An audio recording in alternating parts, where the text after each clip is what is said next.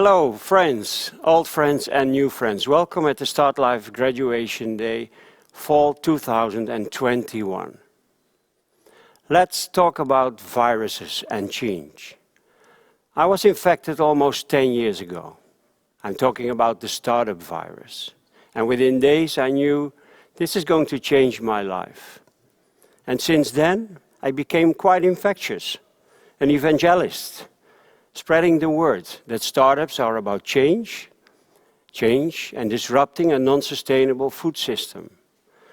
For those who are the pioneers, for those who want to become part of the solution and not so much want to be part of the problem. There's no escape. Once you are infected, you want to join. And since then, a lot has changed. I think startups are far beyond the hype. There's a lot of data demonstrating that startups are a significant part of today's innovation. Looking at the graphs, we foresee that in Europe, within 2 years, the total venture capital invested into agro-food tech startups will be higher than the total private R&D expenditures. Picture that. So, are startups the holy grail of innovation? Here comes another comparison, an interesting comparison between viruses and startups. Forgive me, I'm a biologist. I'm very enthusiastic about this. If you look at viruses, they cannot live a life on their own. They need a host. If they want to thrive, if they want to become successful, and they want to capture a large biological market share, then there's only one way. You have to be agile and adapt into a growth strategy and evolve into a state of symbiosis. Let's say a collaborative business model between the virus and its host, where it is not damaging to its host anymore. And that's exactly what we see happening with startups and scale-ups at the moment. The more successful startups, although they are designed to disrupt, eventually will adapt to a growth strategy and will start collaborating with existing players, established companies, to truly have mass impact. So to conclude my words of welcome, innovation, we never said it was easy, and I think we need everybody on board to make it happen. And we need startups for their drive, we need investors for their belief, and we need corporates to really scale up. So let's team up and accelerate. It's urgent and it's for the future. So now, without further ado, let's go to the second gear of this show, and I want to give the mic to the engine of StartLife, Laura. Thank you very much for those nice words, Jan, and a very warm welcome to you in this live stream. My name is Laura Thiessen, I'm the Operations Director of StartLife, and I am joined by Loet Rammelsberg, and he is StartLife's Program Director. We're broadcasting live today from the Plus Ultra 2 building on Wageningen campus, and you're not the only one watching this show. We had over 400 registrations, so don't be a stranger. Put your, say hi in the chat, put your photo, attach your photo to your profile and start networking. I think you know the drill for this afternoon. We have 9 fantastic early phase food and ag tech companies pitching for you. But before we go to the pitches, I would like to take a moment to thank our founding and supporting partners, Wageningen University and Research, OostNL, Food Valley NL and the province of Gelderland. Thank you so much for your continued support to the startups and to StartLife. I'm also happy to announce that we have expanded our partnerships with 3 more partners. And let me start by welcoming VC fund, Future Food Fund, as an investor partner. We also revitalized our cooperation with VC fund BeakBridge. Welcome to you as well. On the program partner side, we extended our cooperation with NISO, and NISO is a contract research organization. So very welcome to the 3 of you, and let's together accelerate those startups' journeys. I'm ready to go, Loet. Let's hear how the audience can chip in today. All right, great. So the program today is very straightforward. Every startup has prepared a 2-minute video, and afterwards there will be plenty of time to ask questions. These questions, you can just simply put them in the Q&A box in the right corner. And whenever you have a question, then our online moderator, Peter, will take up the question. He's with us in the studio, will take up the question and pose it to the startup. In case you see a question that you really like or you're afraid to ask questions yourself, then please upvote these questions so Peter knows which question to pick out. All right, Laura, I think we're ready for the first startup. Yeah, excellent. Let's go. And the first startup is Infocal. Infocal is a CES Innovation Award winner, which means that they're off to Vegas next year. And they have a laser technology that can mark expiration dates in food production lines. And we're going to listen to the pitch of Infocal CEO Robert van Tankeren. We are Infocal, and with our technology, we can increase the focus range of any laser by up to 400 times without significant power loss. Now, our first mission is to replace the use of ink in the expiration date writing in the food production lines. Ink is a very maintenance-sensitive technology, which also causes a lot of pollution, and the end result can still be of poor quality, resulting in unnecessary food waste. The food industry is already actively replacing these systems with laser systems, but current systems cannot meet the requirements that are needed. This is what we come in, because with our patented technology, we can. We can also increase the efficiency of any kind of laser cutting application. And we can do this on any kind of surface. We can do your marking, we can do your cutting, but we can also apply our technology in the semiconductor industry, allowing for more chips per wafer to be produced. Our aim is to be the new gold standard for laser applications in 5 years. We are currently seeking both corporate partners and investment partners to help us introduce this technology to the industry. Please contact us for any additional questions. Thank you.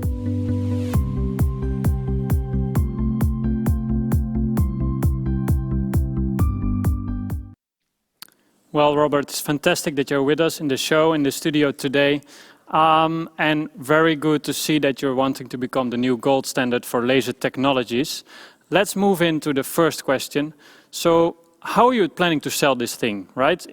Are you going for a subscription model, sell off one thing? What is your model?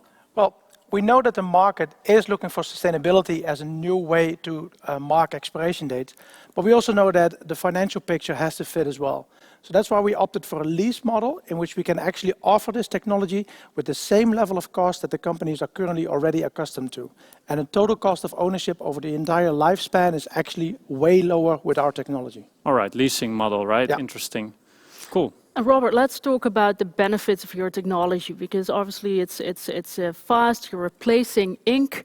What are the benefits, both in the environmental sense as in other senses? Yeah, we did a quick calculation of ourselves to just estimate how much ink per year is wasted into the environment, and that number was already staggering. You're talking about over 100 million liters of ink worldwide per year. And with the use of laser as an alternative, there is no consumable material needed anymore. So, and we're not even talking about the carbon footprint that factories would have in the transport to and from for the ink themselves. With laser, there's no transport needed. You just place the system and it's good to go. Excellent. Cool. We already have a question from the chat. Let's move over to Peter. Peter? Yes, we do. Robert, one question for you. It got 2 upvotes. So do you focus on any specific markets within the food industry? Currently, yes. We are focusing the high volume players, so the 24/7 food production lines. We know that there's a big beachhead market there for us.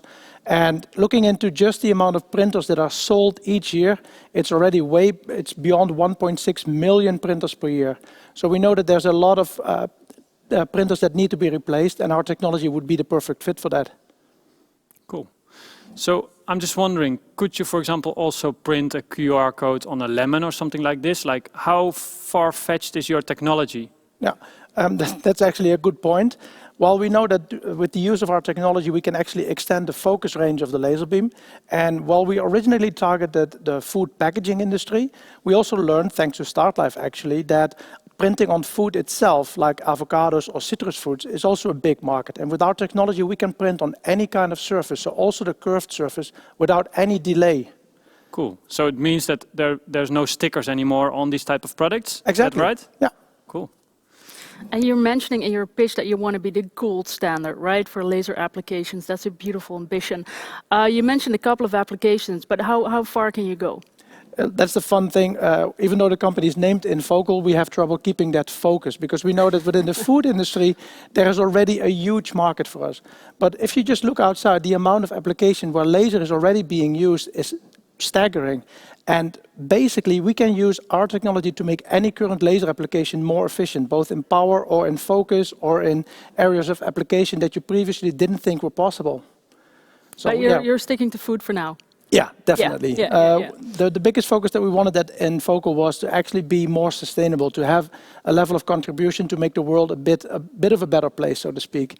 And yes, sustainability was a big impact for that. And then looking into the food industry, we saw that this is a market that is already actively replacing inkjet with lasers, even though the current laser applications cannot meet all the requirements that the market is looking for. And with our technology, we can. Cool. Crystal clear. Crystal clear. So, Robert, there's a lot of people watching today. How can they help you? Well, as I said in the quick 2-minute pitch, we are still looking for investments. We're currently in an investment round, and we're actively looking for partners to help implement this technology into their production facilities. We've been talking to some of the bigger players, and we would welcome any opportunity to do that with a new group of players. Cool. Thanks for joining. We're moving over to the next startup who will also join us live from the studio. But thanks for now, Robert. And let's move over to the next startup, which is Reshore. Reshore is the first nature-inclusive living breakwater solution. And I know this is a mouthful in Dutch. And they are actually literally attacking waves with their solution. Let's have a look at the pitch of Mitchell. Hello. My name is Mitchell, and I am a co-founder of Reshore. And Reshore is creating the Living Breakwater, which is a nature-inclusive marine infrastructure tool which helps protect coastlines, rebuild nature in coastal areas, and produce food. Now, Reshore is creating the Living Breakwater to solve two key issues: flooding and the degradation of coastal marine ecosystems. Due to climate change, flooding is posing a $50 billion per year risk in the coming decades. Additionally, we have lost nearly 35% of our critical marine ecosystems, which are essential for protecting coastlines, but also for the benefit of people. Current breakwater solutions, such as floating breakwaters and static breakwaters, are ill-equipped to solve both of these issues, unlike the Living Breakwater. The Living Breakwater is able to provide coastal protection, ecosystem restoration, and food production in one simple solution, which will allow us to sustainably develop our coastal areas. Now, here we have a conceptual image of the Living Breakwater. And for our end users, the Living Breakwater is able to break waves to protect assets and operations. It is able to restore degraded ecosystems by providing biomass and biodiversity. And we're able to produce mussels and seaweed which can be harvested and sold for our end users. Now, Reshore has begun testing our Living Breakwater in Mouden's world-renowned wave basins. And here we were able to both test and prove that aquaculture is able to enhance the performance of a floating breakwater. And this is key for our next step, which is to demonstrate our project on the water. And we're calling upon you to help us find a pilot site location, project partners, and funding to be able to do so. And we hope that you will join us in our mission to create environmentally sustainable and friendly coastal protection, which is good for both people and the planet. Thank you.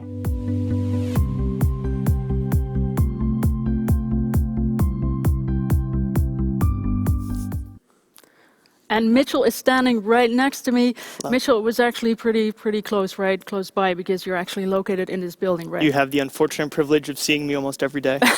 That's absolutely true. And we saw very nicely in your pitch how the Living Breakwater functions in a test environment, right? But what's your timeline? When can we see a Living Breakwater off the Dutch coast or any coast? Cool. We are exploring pilot sites in different locations, in particular in Spain and the Netherlands, and we're looking to sign the LOIs for this particular project in early 2022.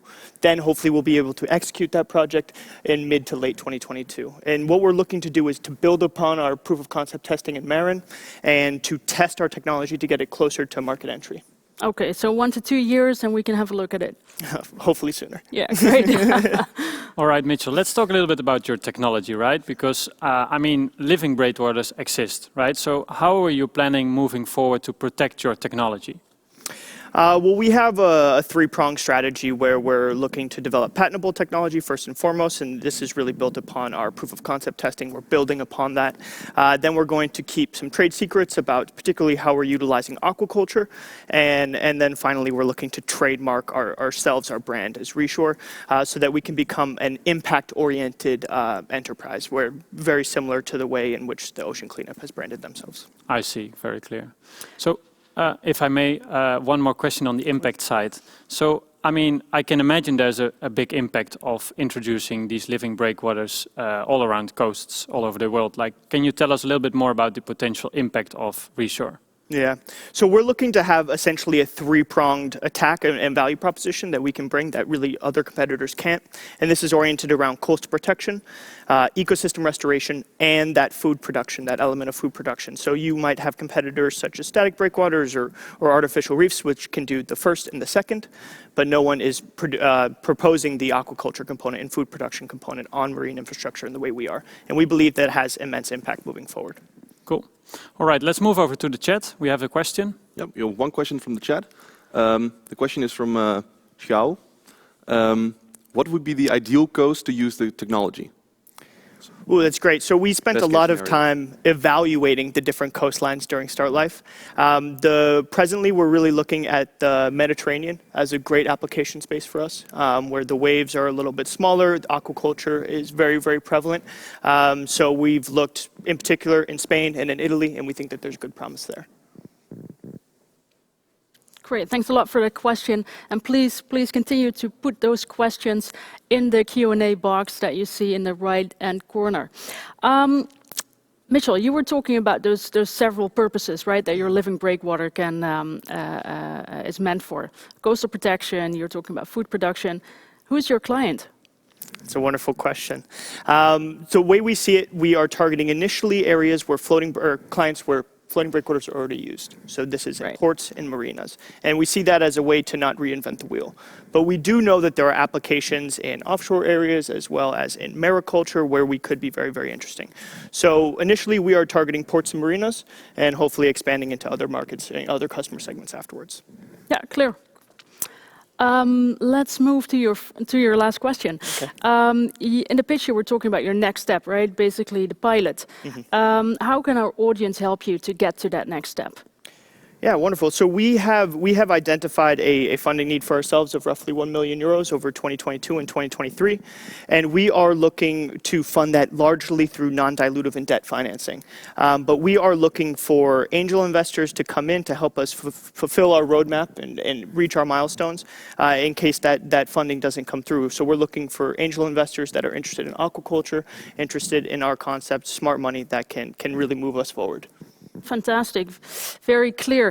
And if you are such an investor, if you are such a partner, we will share the link just after the pitches where you can rewatch Reshore's pitch. You can download their deck and you can book a meeting with Mitchell or his co-founder Frey or the rest of the team. Thanks a lot, Mitchell, for being here. And we're going to move on to the next startup, and that is Crocus Labs. Crocus Labs is a Germany-based company, and they develop highly efficient LED systems to use in greenhouses and in vertical farms. Let's have a look at the pitch of Tim Schäfer. He's the Chief of Business Development at Crocus Labs. Hi, I'm Tim, co-founder and business development manager at Crocus Labs. We are a deep tech company poised to disrupt the indoor farming industry with our revolutionary LED lights. Our mission is to enable the transition towards sustainable food by making vertical farming more effective. Vertical farming can produce food with minimal resources. It represents a great potential for sustainable agriculture.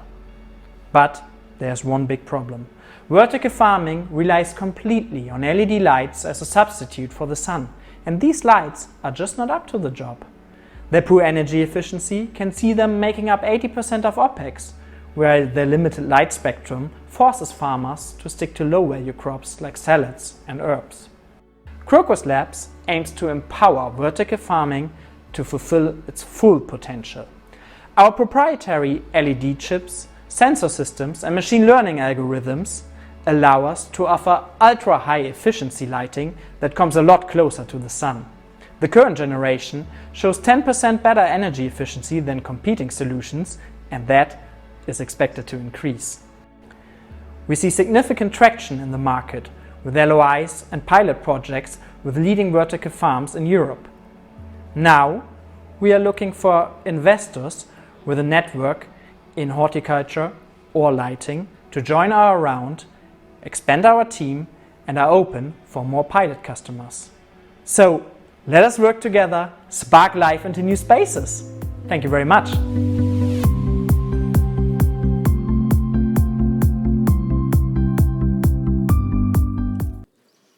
All right, Tim, welcome to the studio all the way from Hamburg, I believe. Do you That's hear correct. us? Yeah. All right, Hi, great. guys. Great that you're with us. Tim, you're talking about ultra high efficient lighting, right? So I was wondering, are you targeting specific crops then, or are you targeting the traditional crops like we know it? Well, that's a great question. Thank you. Actually, that is our big ambition, to help vertical farming move beyond the leafy greens that are grown at the moment. And the first big crop that we want to bring out is strawberries. And actually, we are already working with a big strawberry grower in northern Germany on that. Fantastic. And Tim, you're talking about today that you can accomplish about 10% energy savings, right? But what other benefits do you expect from this technology? For instance, when it comes to yields. Well, we expect that since we not only bring the better energy efficiency, but will also make it possible to completely control the spectrum, that innovative light recipes might or will very likely in the future help farmers to produce crops in shorter circles than we can see today, because basically the plant is going to get exactly the light that it needs for each growing stage, and that should help them to be more efficient in the whole grow process. Cool. So it means more crop cycles as well. Yes. All right. That's what we are hoping. Yeah, nice. We're expecting. So Tim, tell us, if you're, let's say, launching a pilot or targeting your first customer, how are you selling your lights? Is it a pretty straightforward deal? Are you selling literally the lights, or how does it work?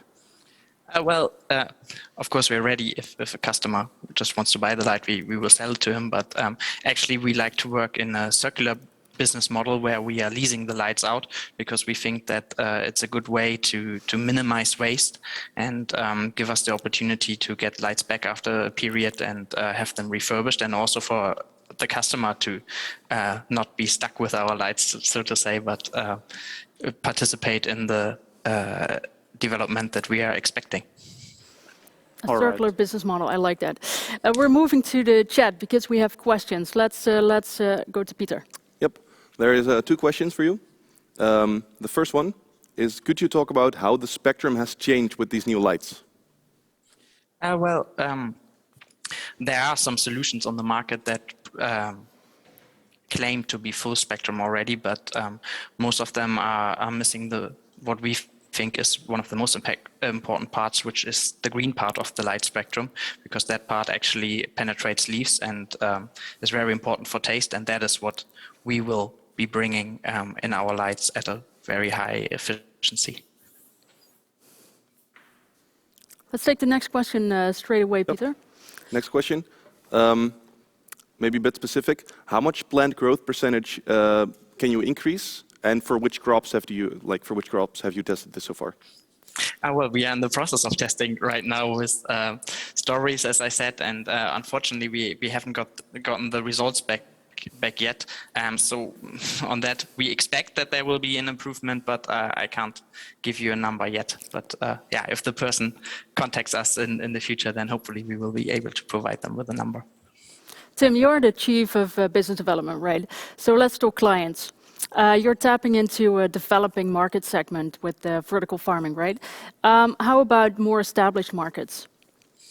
Well, actually, our pilot partner for the strawberries is already established as a major strawberry grower, and I think the technology of vertical farming will find lots of applications with more established players on the market because it just makes sense. Check. Hey Tim, I can imagine in these times of high energy prices that a lot of investors will be interested in investing in this type of technology. So can you tell us a little bit more? What type of investors are you looking for? Is the round still open? Well, the round is in the process of closing, so if anyone is interested, they will have to be fast. And as I said in the video, anyone who comes from the world of horticulture or lighting, of course, will be most welcome to join us for this round or maybe the next one, because it would be lovely to have that expertise on board. All right, great. Thanks a lot, Tim, for joining. It was fantastic to have you. We're moving on to the fourth startup, but not before a small intermezzo, because actually I would like to talk about the impact of our program. And impact is always a difficult topic, right? Because it's very difficult to capture all the impact into a single metric. But I would like to highlight two specific metrics that we are really proud about, which is, first of all, that 93% of all the startups that we have supported in the StartLife Accelerator program are still alive, which is fantastic, right? And the second one I wanted to highlight is that 1 out of 4 founders is actually a female-founded company, which is fantastic. And we're going to listen to one of these female-founded company, which started in our accelerator program last year in the fall 2020, who comes all the way from Denmark. And we're going to listen to Healthy Crop and Panil and about their progress in the last year.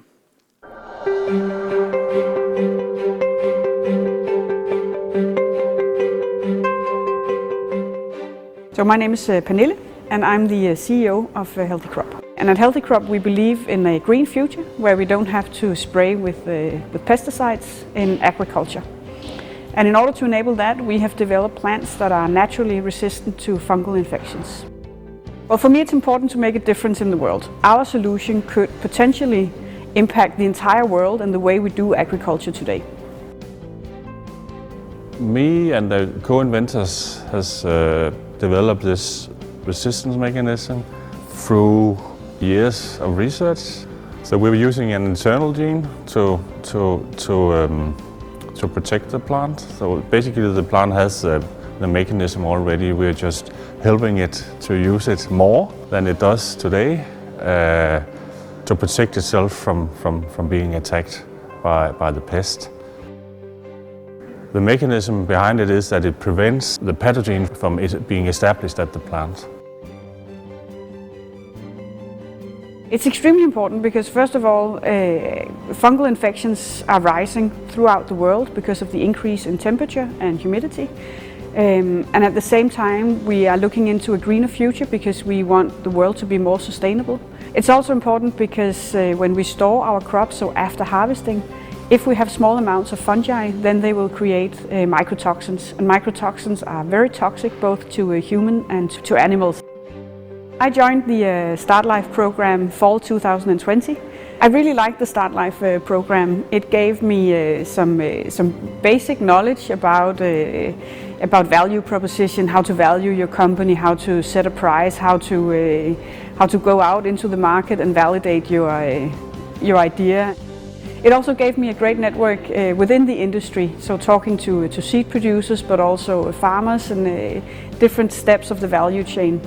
And it also gave me a lot of support because you have all these great mentors and their main mission is to help you succeed, which is just awesome. So right now Healthy Crop is in a very strong position to commercialize our technology because we have an exclusive license to the patents on which our technology is built.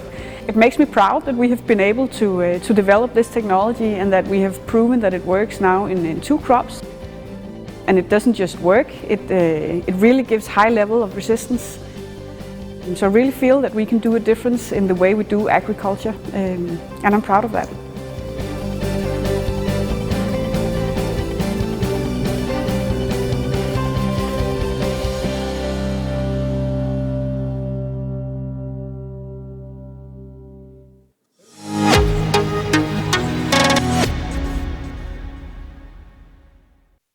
Welcome back. And if you know any partners that can help scale Panil even further and accelerator into new markets, then please get in contact with Healthy Crop.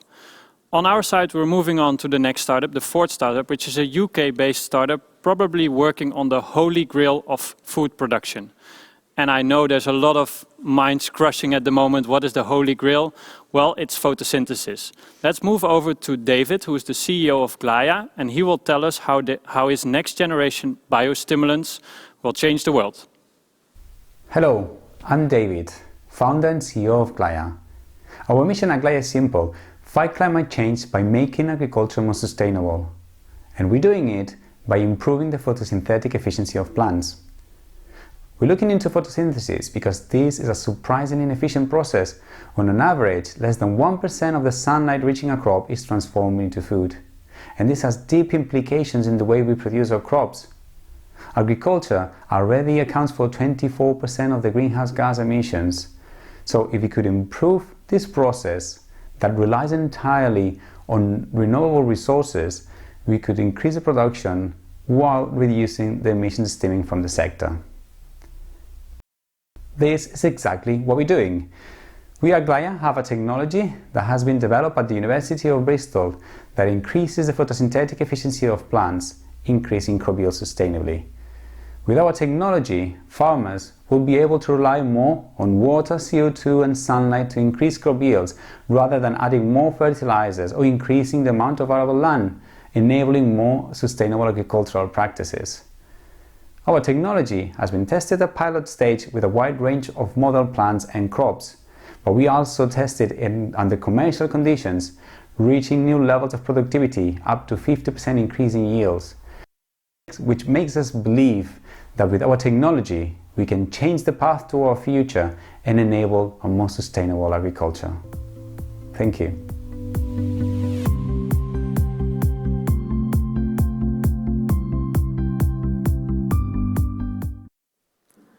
And let's connect to David, the CEO of Glia. David, are you with us? Yes, hello. Excellent, excellent. There you are. David, Lud already mentioned it. You're working on the Holy Grail. And I have to be fully frank with you, when we first learned about your technology like 6 months ago, we felt like, wow, this sounds too good to be true. You're increasing the efficiency of photosynthesis in plants, and you're doing that by using sugar dots. So can you please talk about the magic to our audience? Yeah, sure. Yeah, yeah, it's kind of a bit of magic, I guess, but yeah, the overall is fairly simple. So plants, as we all know, transform in the leaves the solar energy into chemical energy that eventually becomes our food. But plants actually, they can absorb more light that they can actually process. And the biological processes involved in this transformation can cope with all the energy, creating a bottleneck. So what we do is we widen this bottleneck, we facilitate, we improve the efficiency of this process, so more sunlight can be utilized by the plant and invest this extra energy processed into generating more food. Check. So David, like many other platform technologies, where to start, because there's so many different crops out there. Where would you start first applying your technology? Yeah, that's actually a question, a question that we've been wondering in the past. So it took us a while to decide how to start because there's so many butterflies we can chase. So we initially focused on high value crops and in controlled environment agriculture for several reasons. One is because obviously our motivation is, fighting climate change. So we do believe that all vertical farming and controlled environment agriculture can allow reducing the millage or the carbon footprint of food production by producing the crops closer to the point of consumption. So this is one of the motivations, but also in terms of the scale, managing the scale of the production of the product for us and to use in the plants, we thought that high value crops and controlled environment agriculture was the point of entry for us in the market. However, our end goal is accessing the mainstream agriculture where we can make a bigger impact in food production and also in fighting climate change. Yeah. Sure. And how about these sugar dots? How easy are they to manufacture and to scale? Well, what I can tell, because obviously there's a lot of things that we can tell at that point. So yeah, it's chemical processes are fairly from a chemical point of view, simple process. We are able to make them at scale, which is one of the key things up to now. So why this sort of technologies haven't been able to hit the market yet. But yeah, we don't extract them from anything, from any natural sources or anything. We make them, we get the building blocks and build together, then put together the building blocks to make the sugar dots. Yeah. Beautiful. And customer validation is always critical in our program, right? So who are you selling to? I mean, I guess you're not actually knocking on the farmer's door to sell your product. So, well, no, yes, no. So we still pre-commercial search. So we expect to enter the market towards the end of next year or maybe early in 2023. But at the very beginning, what we actually working with growers, we are talking to growers, approaching the growers directly because we want to find our ambassadors there that can take up the technology and generate the first traction in that sector. Obviously, as we expect to be our active principles to be as applicable to the broad range of crops, we won't be able to do that ourselves. So we will be partnering with distributors in order to reach different crops and territories. Makes sense, makes sense. Let's move to the chat. We have a couple of questions from you. Let's move to Peter. Yep. Sure. David, I've got a few questions from the chat. The first one is, what is your IP position at the moment and the strategy towards the future? So our key position, so we, as we explained in the video, technology was developed at the University of Bristol by myself and a team of scientists.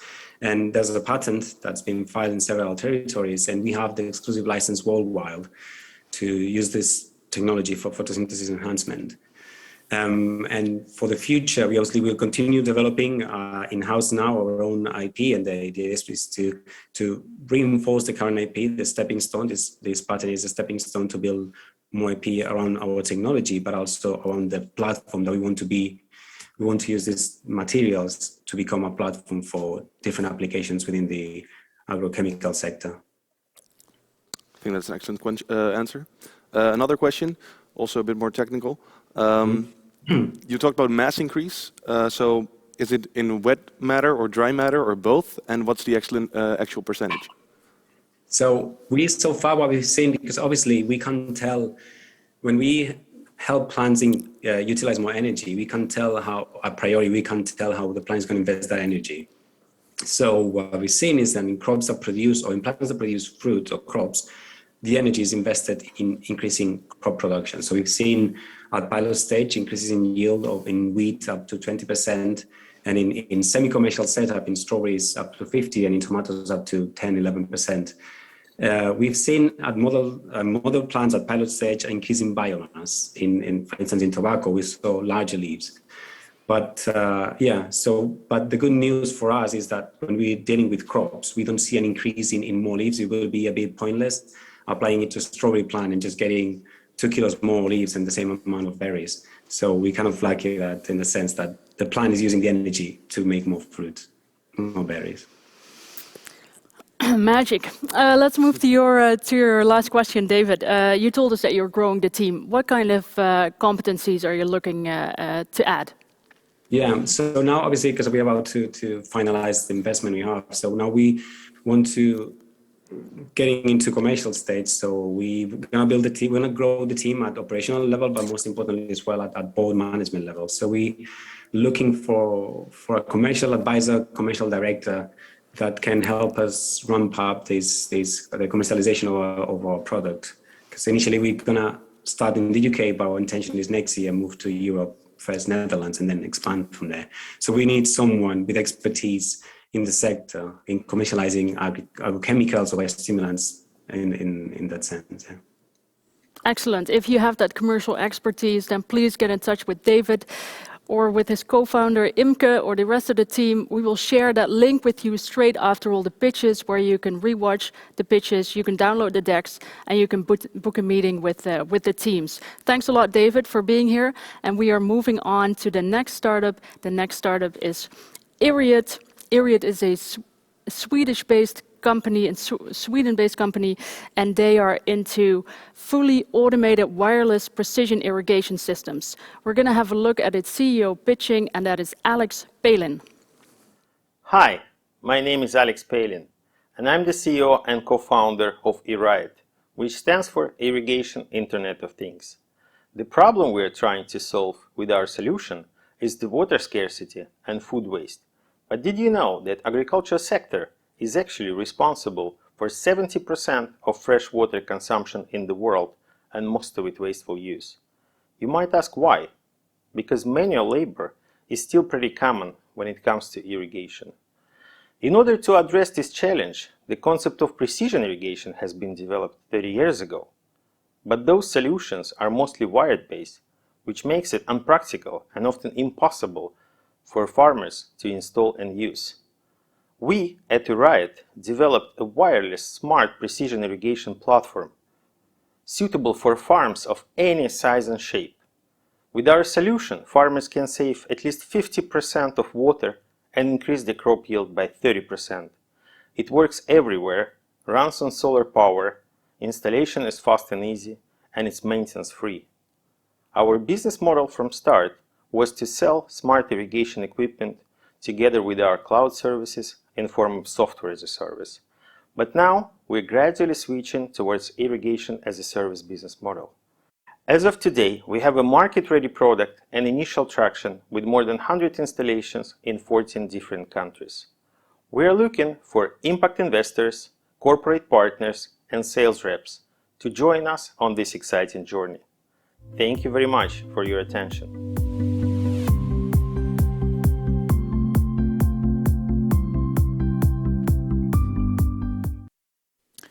Welcome to the show, Alex. Are you with us? Yes, I'm here. All right, great to see you all the way from Sweden. Let's kick off with the first question. So, Alex, it's a crowded space of precision irrigation. So, can you tell us how you differentiate yourselves from competitors? That's a great question. Well, first of all, we are not, let's say, another IoT sensor company. What we do is exactly we are the platform for automation of the irrigation. Basically, what we do is opening and closing the valves according to the schedule. And besides that, of course, we can control different kind of sensors, get data from those sensors, and also adjust the irrigation accordingly to that. On top of that, we have developed the basic support for the fertigator, and in the future, we're going to develop something even bigger when it comes to the fertigation of the certain plants. Alex, and as we saw in the pitch, you have traction, right? Your company has traction. You're already selling, generating revenue, which is great, of course. What is next in terms of product development? Well, in product development, what I already mentioned, the fertigator support, and recently we've been granted by European Commission for about €500,000, and together with the Swiss company Vivant, we're going to develop something that we call biointelligent ecosystem. The company develops special sensors which could be inserted directly into the block of plants. And then those plants will be able to tell us what exactly do they need. Do they need more natrium, more calcium, more water, less water, maybe more sun? There's not much we can do about it, but we can talk to LED companies and the other guys. But yeah, the biointelligence system will be able, the food will be able to grow itself more or less. Fantastic. Sounds like a nice dream, right? And you are going to make that into reality. So let's talk a little bit about your customers, Alex. So can you describe your ideal customer and sort of the characteristics that your ideal customer has? Well, for us, the most important, let's say, the ideal customer is the customer who makes the bigger impact. Because we see, the water scarcity, we talk about sustainability, we talk about all these things. But sometimes people just trying to save on labor in order to automate or to run the automation for irrigation. Sometimes they're trying to achieve some different goals. But for us, the dream customer would be the one who would make the bigger impact, who would be proud that they save, let's say, 100 tons of water per day or per season using our solution, and that will make us proud. Yeah. And in terms of, let's say, location, does it matter if it's, let's say, a very remote location or close to the grid? Yeah, for us, it doesn't matter at all. So our solution is actually independent from the Wi-Fi or 3G or 4G or whatever. So our solution runs by itself. It's a self-sufficient system. We don't need external power. Everything runs on solar power, not dependent on the internet connection. So it could be installed anywhere. And that's crucial for the rural areas because we're talking about farms, and most of the farms somewhere outside of the cities when maybe where maybe the coverage is not good, the mobile phone doesn't work, and you don't want to put irrigation in the arms of, let's say, internet connectivity. Sure. If your internet goes down, then you're going to flood your field and destroy the food. Yeah, fantastic. Okay, Alex. So last question for you. How can the audience help you? Well, we are looking for sales reps, especially in the Southern Europe, in the areas where water scarcity is more severe than, let's say, here in Sweden. So, yeah, if you would have some candidates for us, please let us know. It would be fantastic. Cool. All right. Thanks, Alex, for joining. And we'll see you back at the end at the graduation ceremony. Let's move over to the next startup, which is Accurate. Accurate is a startup out of Eindhoven who is targeting a very, very important problem. Namely, 4 out of 5 smallholder farmers all over the world are uninsured. Let's listen to Osman and Metin what they have to tell about their solution for this problem. Crop insurance goes back to the early 19th century in the Western Europe. It was hail insurance which was available to the farmers in France and Germany, and it maintained its popularity among farmers to the date. However, as the perils are numerous, the insurance policies got more and more complex over time. Complexity brings costs and introduces conditions and clauses and constraints, which makes farmers extremely hesitant. This is a major reason why the agricultural insurance programs are heavily subsidized in many countries. To overcome this challenge, a new type of insurance is introduced, namely parametric insurance. A robust and well-measured index such as rainfall has been used as a proxy to assess the damages. Yet, research shows that these measurable indices have weak correlation with the total yield of the farmers. And today, over 400 million family farmers, that is 4 out of every 5 family farmers, are still uninsured. Which means that even though we assume all commercial farmlands are insured, it is clearly not the case. And globally, at least 40% of total farmlands are uninsured. On the other hand, technology is rapidly evolving with ever-developing data sources, and it's the right time we take things further. I'm Osman, CEO of Accurate. And I'm Metin, Chief Product Officer at Accurate. And we are here to deliver accurate yield index insurance by analyzing croplands and estimating yield using a variety of satellite imagery. We then aggregate field results in village, town, and county scales to come up with an index that is insurable. As a result, we provide a sophisticated yet low-cost, simple and affordable insurance product that is in the range of farmers' willingness to pay. Do you want to know more about our secret sauce? We are looking for partners to bundle up solutions. Starting in the second quarter of 2022, we are aiming to pilot in field crops in Eastern Europe and Sub-Saharan Africa. And farmers tell us that they are willing to buy risk-free seeds or low-cost loans. If you are an insurer, a microfinance provider, a crop input provider, or a contract buyer, please scan the QR code and book a meeting with us.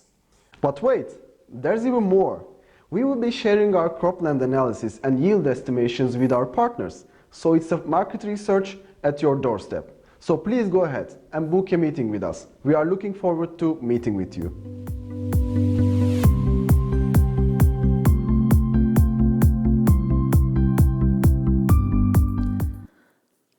And we are connecting to Osman, and Osman is the CEO of Accurate. Osman, are you with us? Yes, hello. Excellent. Yield index insurance is your product, right? Can you tell us a little bit, I mean, ultimately you want to get more farmers insured, but are you directly targeting those farmers, or do you want to sell your product to insurance companies, for instance, or other clients? Thank you for the question. Actually, we think of this new product more than an insurance product because farmers tend to see a little wary of bare insurance products due to several reasons. On the other hand, we know that seed companies want to sell more seed, microfinance institutions want to give more credits, and combining these two factors, we are designing a product that can be used by seed companies to provide, for example, yield guarantees seed packs, and the microfinance institutions to provide payback guaranteed loans. Key innovation in our product is the accurate yield index, which provides a higher correlation with our partners' value offerings. In short, choosing B2B2C as our first model will mitigate trust issues of farmers while enabling quick scaling with the customers of our partners. Cool. So you're saying yield guaranteed seed. That's an interesting concept. I like it. Let's talk a little bit about the past months that you have been able to have enjoyed our program, Osman. Can you share a little bit the progress from the moment that you started until where you are now?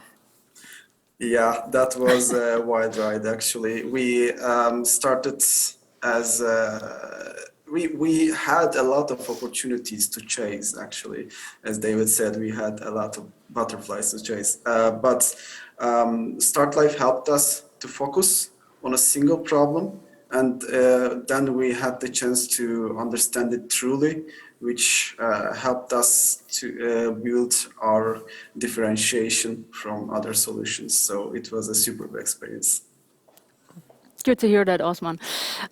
You're mentioning in the pitch that you're focusing on Sub-Saharan Africa and Eastern Europe. Why those regions?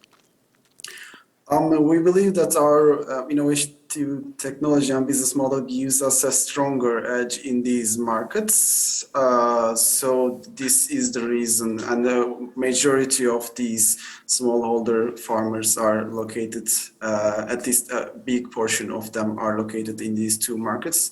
And we have some partnerships and we have some location advantage. That's why we are focusing on these two market segments first. Cool. I mean, there's a lot of satellite companies out there, right? So can you sort of share your thought on the differentiation between yourself, Accurate, and all the other companies out there that are working on a similar proposition? Sure. First, we are using some multimodalities of different data from different data sources, such as different satellites, actually. And on top of that, we have a good technical background, and we are trying something new. We don't just look at some indicators of yield. We are trying to understand the average yield of the regions combined with the locations of the croplands, so that we can understand the situation better. And combining it with a new business model, B2B2C business model, this is, we believe, something unique and especially something unseen in the markets that we are targeting. Cool. Let's move over to the chat. I believe we have a question, Peter. Yep. Yes, we do. From Nicolas. Do you have feedback from customers on the willingness to pay for your business model? Actually, yeah, that's a great question. At the beginning, we were looking for the willingness to pay from secondary sources, but as we made our solution more mature, we also started talking to farmers in different countries, namely, especially in Turkey, I can say, and the simulated performance of our yield index solution is lower than their willingness to pay levels, actually. So this is the research that we did up until now, and in this year we will have a pilot with several hundreds of farmers, and then after that we will have a more clear understanding of the case. Great. So more validation coming up. Let's move to your last question, Osman. You had this beautiful QR code right in your pitch, and it's actually quite nice to see a non-COVID related QR code for once. Who is top of your list to scan that QR code? Who do you really want to meet this afternoon? Yeah, thank you. So our priority is to meet any seed provider of field crops or loan providers for working capital especially, and operating in Eastern Europe. We are also looking for partners and advisors who can contribute to development and adaptation of our insurance products. Yeah, you can reach us through social media, our website, or directly through the QR code, which will also be shared after the program. Exactly. We will share that QR code again so people can get in touch with you. Thanks a lot, Osman, for those clear answers. And we move on to Alexander van Wassenaar. And Alexander van Wassenaar is one of StartLife's mentors. He's been in all the bi-weekly sprints with the companies that you see pitching right now. And he's seen him progressing, and he's going to talk about the essence of startup coaching.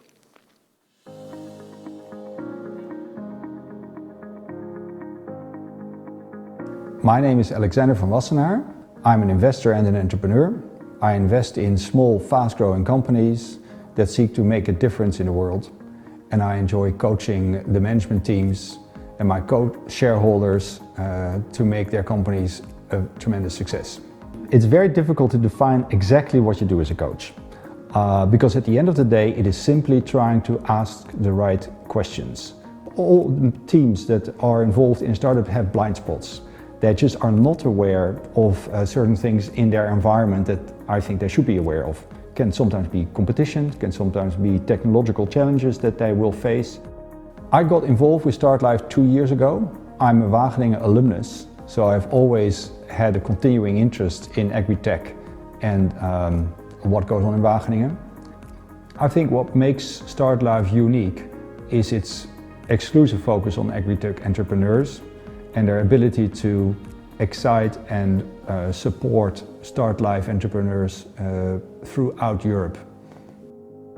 I've worked with a number of startups over the last couple of years, and I noticed that at StartLife particularly, the team really knows what makes a startup tick and what can make them successful. That is less the case in a lot of other startups. They tend to be more sticking to a particular rule book, and don't have the flexibility and also not the insight in how startups work to make them successful. I believe StartLife makes a critical contribution to help feed the world and its 10 billion inhabitants 30, 40 years from now by promoting the technological change and all the other innovations that are necessary to achieve that.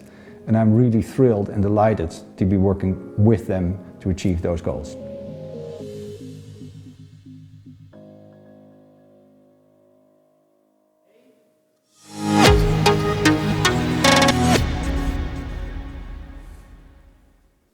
All right, welcome back. And like Alexander and all the other mentors in our StartLife mentor pool, they all share the belief that team is really critical for the success of a startup.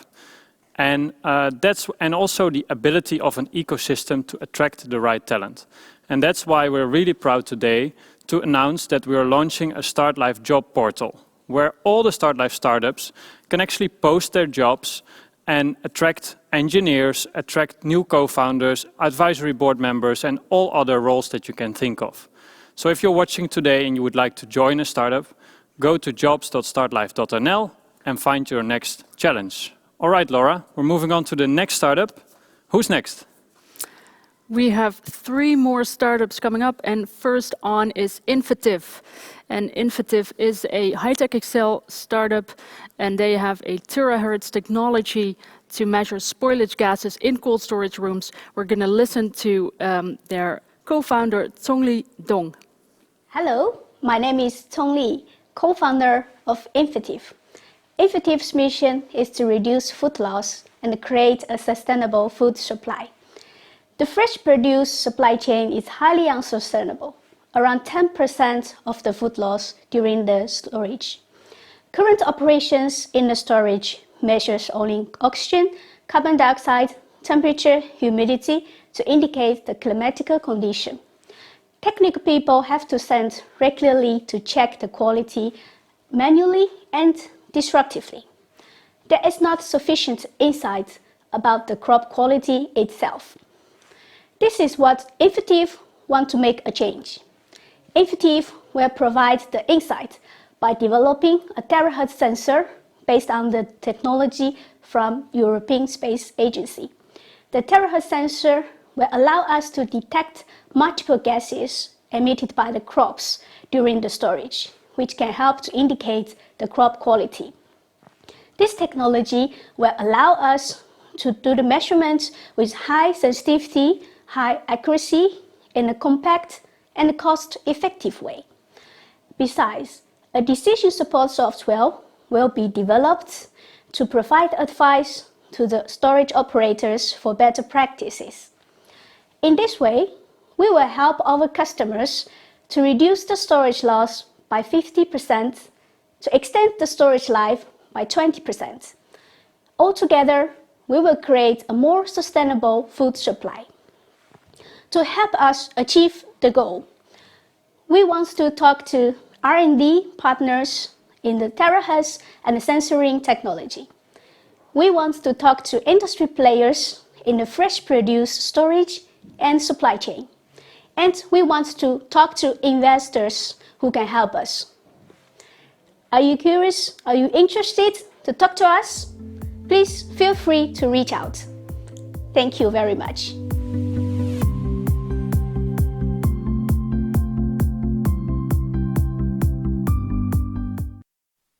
Very nice pitch of Chong Lee. We're actually having another co-founder, Jada, with us in the show. Welcome to the studio, Jada. It's very good to have you.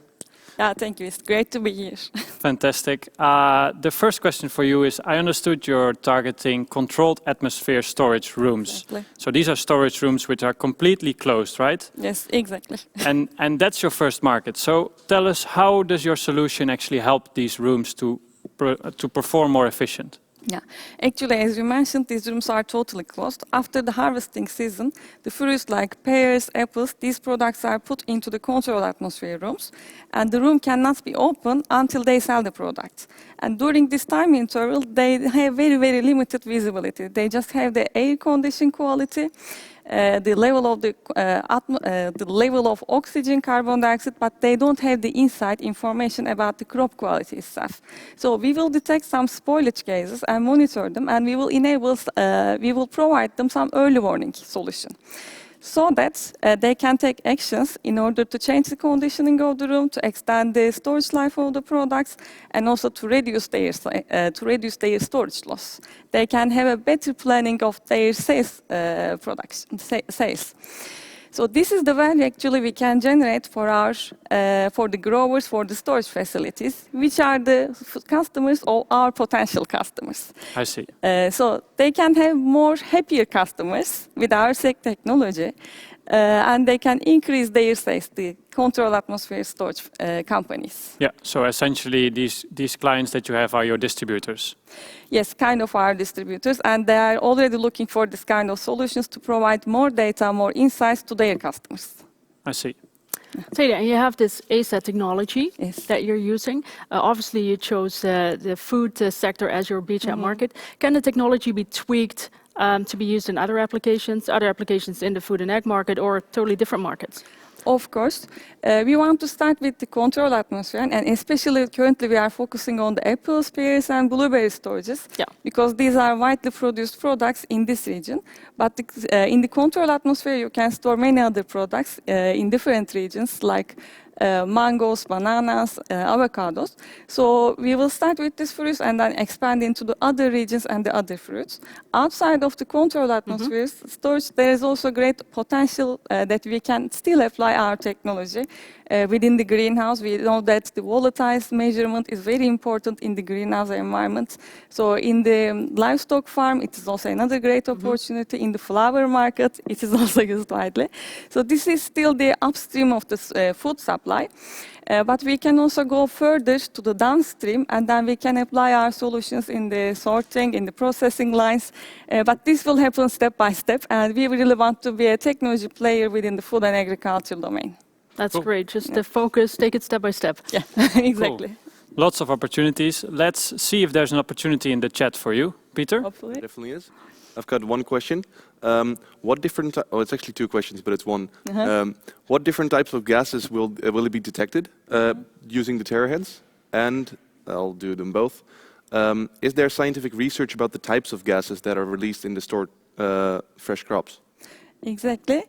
We will first focus on the ethylene and the ethanol detection because ethylene is an indicator of the ripening process and ethanol is the indicator of the fermentation process, which are very important processes takes place within the storage, control atmosphere storage.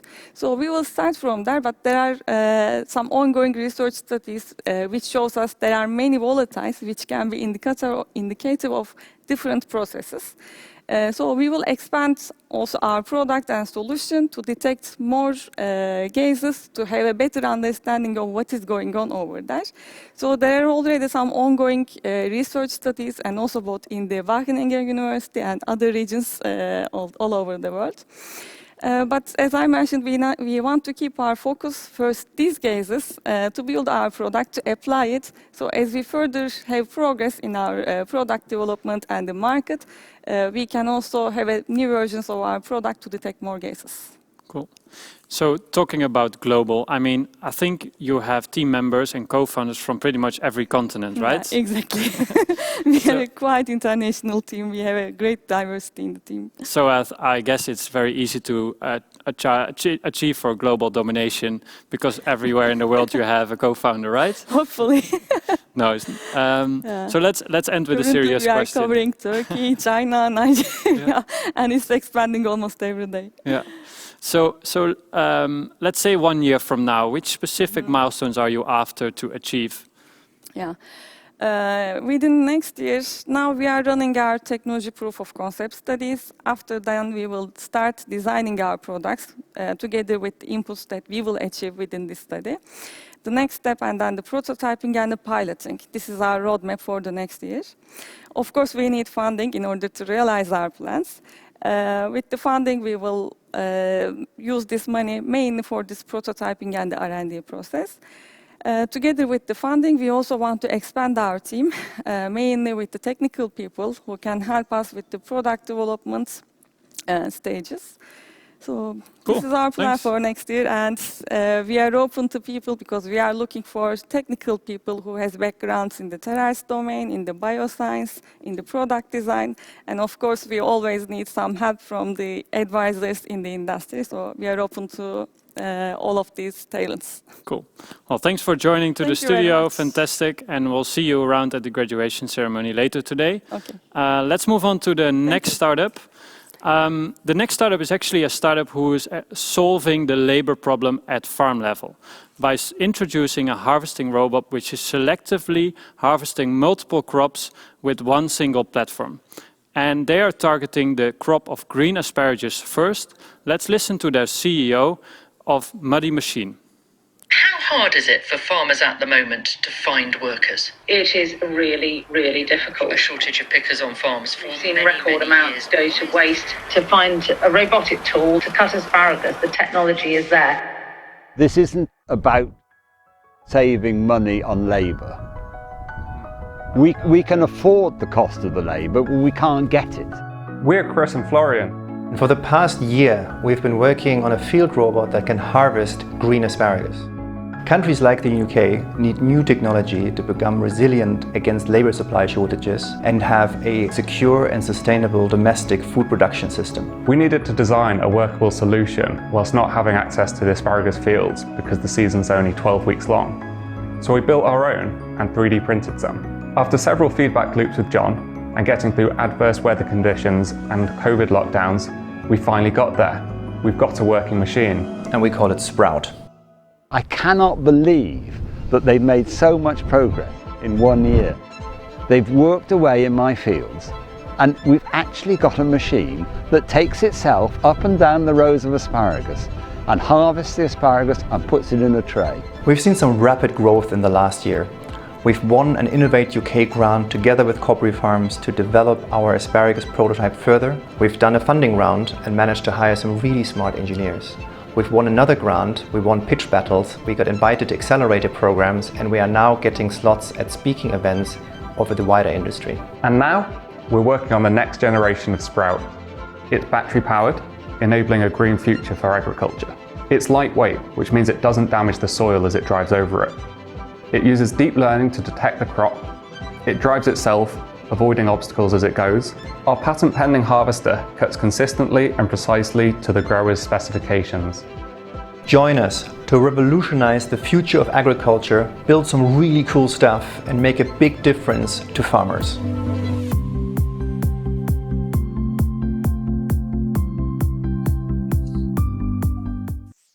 That was a great video, and let's connect to Florian Richter. He's the CEO of Muddy Machines. Hello to Wageningen. Greetings from London. Great, there you are, Florian. You've come a long way after you just set up the company last year, so congrats on that. Having said that, you know, harvesting robots is a crowded space, loads of companies working on this, so tell the audience what your competitive edge is. Well, in a nutshell, it's probably development speed. Like you said, we've managed to put this prototype together within under 1 year. I don't know all the robotics companies out there directly, but I think the development cycle that the industry is used to is probably more than a couple of years. I think we've achieved that by focusing very closely on what we believe is the best crop to start with robotic harvesting, the green asparagus. And we are now working on expanding to many other crops that are also selectively harvested, like tender stem broccoli or courgettes. All right, so Florian, tell us a little bit about this, let's say, other crops and your vision for that. Do you need to change anything on the platform or the end effector in order to move to these crops? Yeah, that's a very interesting question, right? The reason why hardware and robotics is so hard, because the way people look at it is it's always a niche solution for an individual crop. And so we set up our technology stack from the beginning as a modular platform. So when we are done with the asparagus harvesting, we can retool the machine by replacing the end effector and then reuse over 80% of the platform in the broccoli field. And then we can repeat the same trick in the courgette field. We can mount mechanical harvesting solutions on there. We can mount additional sensors on there. And the real core here is a very lightweight, low-cost, autonomous tool carrier that can really replace the labor at the unit economic costs that the labor is at. So really important for the farmer's profitability. Yeah, cool. Let's move over to the chat. I believe we have a question, Peter. We do. First of all, there's a lot of people saying great video, so congrats to you. Then the question is, what is the efficiency in terms of loss versus manual labor for the asparagus, I guess? So we are actually 20% better than manual labor. That is because the machine already in the prototype you've seen in the video harvests very close to the ground. We have a special patented sensor for that. And that is in comparison to people who after 8 hours in the field, they get tired when they bend over, right? So the spears get shorter and shorter what you pick up, and the stubbles get longer and longer. So we're actually comparing very well against manual labor. And that again is a benefit to the farmer. Take another question, Peter. Yep, all right, another question. What is your business model and how do farmers pay? So farmers in horticulture are used to paying laborers, right? So they're very used to high OPEX and low CAPEX. So we cannot sell them a massive combine harvester and leave them to their own devices.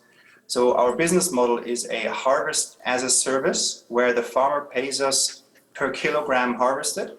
And that nicely aligns our development and our design goals to be in line with the goals that the farmer has, i.e. how much crop can I harvest and how much does it cost me? That's very clear, harvest as a service. Florian, let's move to your last questions. What would you like to ask our audience? What kind of investors are you looking for? Yeah, hardware is hard, so we are always on the lookout for investors. I think now is a great time to join our cap table as an angel.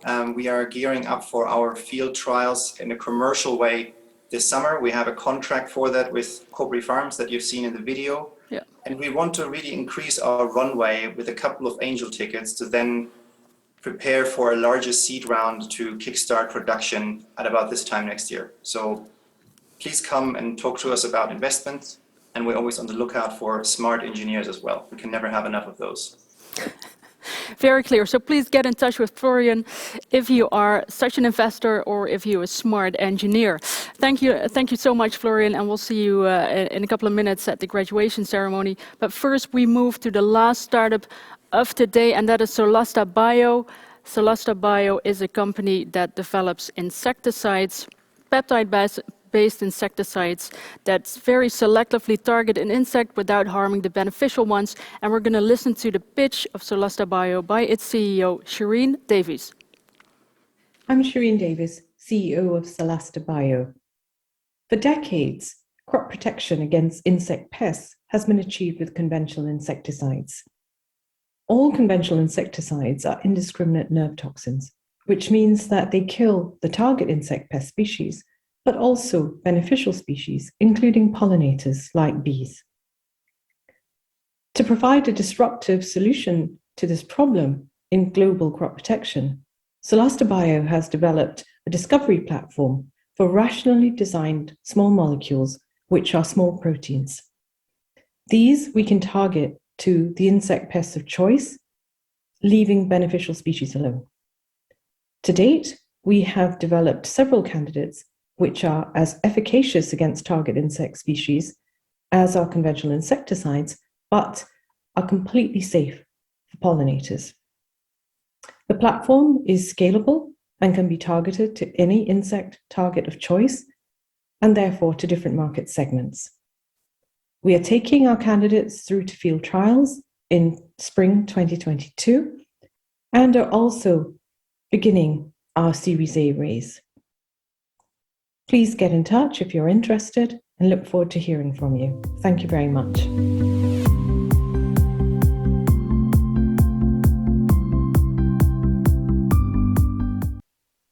Welcome to the show, Shireen. Are you with us? Yes, I'm here. All right, welcome. Shireen, before we get started, I just wanted to ask you a question, how life treats you as an entrepreneur, because for decades you were a scientist, right? So how is life treating you as an entrepreneur? Very well, actually. It's been a very exciting journey. I've been helped along the way from being a scientist to the role that I have now because of several different programs funded by UKRI, for example, an enterprise fellowship that allowed me really to focus and start understanding how to run a business and how to build this up. And StartLife, of course, has helped in this enormously. Cool. I'm enjoying it very much. Good to hear. That's great to hear, Shireen. I mean, you're working on a disruptive technology, right? How fast can you move from one insect to the other with this platform technology? So I think the really key thing about our technology is that we don't start with random screening of molecules that may or may not kill insects. So because it's a platform with built-in design right at the start for peptides that we can target to insect pests, it also generates a faster learning time between different targets. And so essentially, we can now design peptide candidates for new targets within a matter of months. Validating these in vivo will then take a bit more time, but we fully anticipate, really, to be able to significantly reduce the time that it takes to start targeting particular insect pests. We've now developed peptides against 3 different insect pests, and we can only get better and faster at this now. Cool. Hey, Shireen, tell us a little bit more about your route to market. How are you planning to commercialize these novel insects agents? So Solasta is currently positioned as a discovery company. That is where our strengths lie. And bringing insecticides to market, it's a highly regulated environment. So in other words, we do need to partner with agribusiness who have not only R&D, so later development stages, but the muscle to get through the regulatory process, as well as sales and distribution channels. So we understand that we have to partner with agribusiness, so a B2B model. Whether we will partner in terms of helping bring things to market for example, in co-commercialization is something we're looking at now.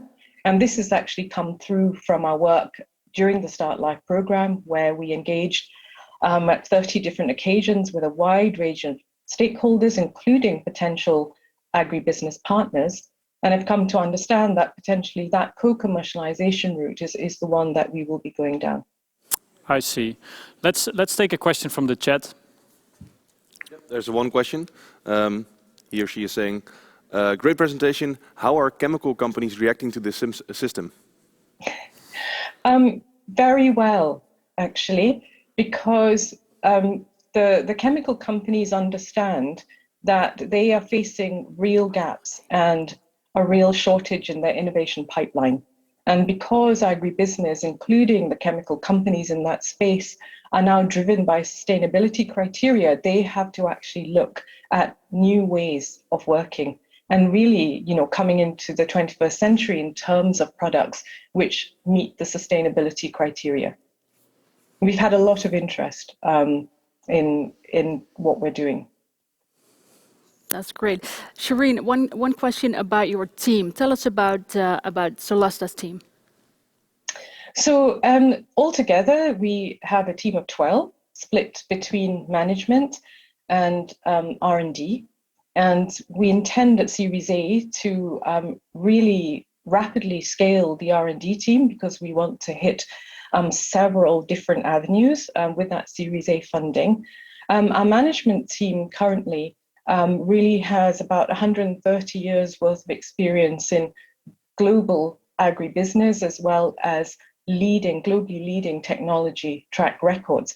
So we're very, very strong in technological innovation and also agribusiness and around agribusiness investments from our chair.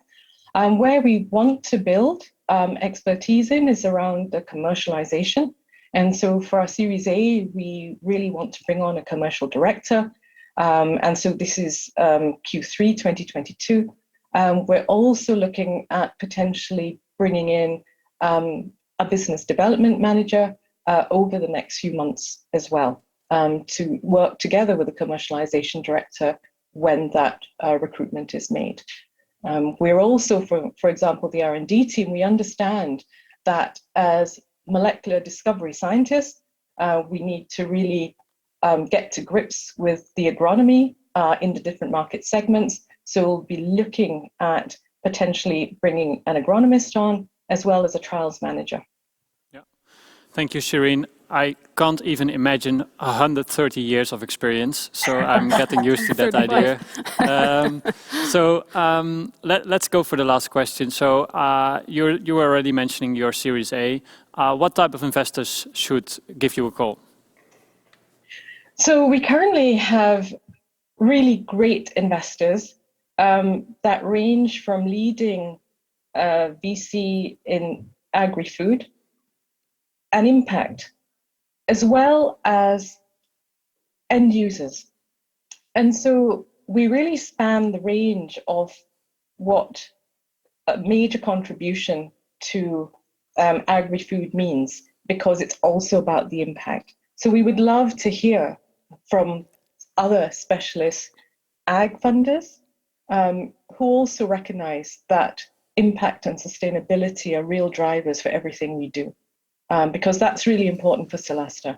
We're interested also in investors who are based globally, because those are the directions that we do want to go to, and indeed looking at particular markets that are coming to us very quickly. Yeah, fantastic, Shireen. Thanks you for joining, and I think this is a great ending of the 9th pitch. Before we move over to the final ceremony, where we will toast a glass of champagne, let me quickly say that from now on there will be a link shared in the chat, and you can rewatch all the pitches, you can download the decks, and most importantly, you can get in contact with all the founders that you've seen today and start connecting, right? So, Laura, I suggest we move over to the celebration. Yeah, let's have some champagne. And I want to congratulate all of you for the progress that you've been making throughout the StartLife Accelerate program. Of course, we'll continue to support you. And a big thank you and a big congratulations to all of you. So cheers. Just gonna, yeah. All right, cheers everybody. And if you are an early phase food and agtech startup and you want to join our spring 2022 edition of StartLife Accelerate, please be sure that you attend our January 13 webinar where we'll talk you through the application and selection processes. Cheers. Cheers. Cheers. Cheers, guys.